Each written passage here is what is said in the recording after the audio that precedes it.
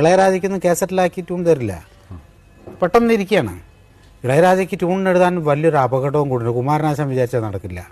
സൗണ്ടിങ്ങിന് എഴുതണം. പണ്ടൊക്കെ കവിത എഴുതിയിട്ട് ട്യൂൺ ചെയ്തിരുന്നു, പിന്നെ ട്യൂണിന് പാട്ടെഴുതായി. പിന്നീട് ഇപ്പം ലേറ്റസ്റ്റ് അപകടം എന്താണെന്ന് വെച്ചാൽ, അപകടം ഇങ്ങനെ വന്നുകൊണ്ടിരിക്കണല്ലോ എല്ലാ രംഗത്തും.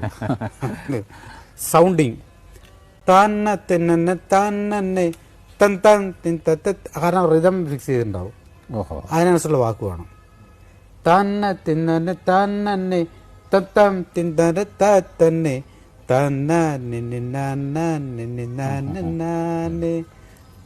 അവിടെ നമ്മള് ജീവിതത്തിന്റെ സ്വപ്നമേ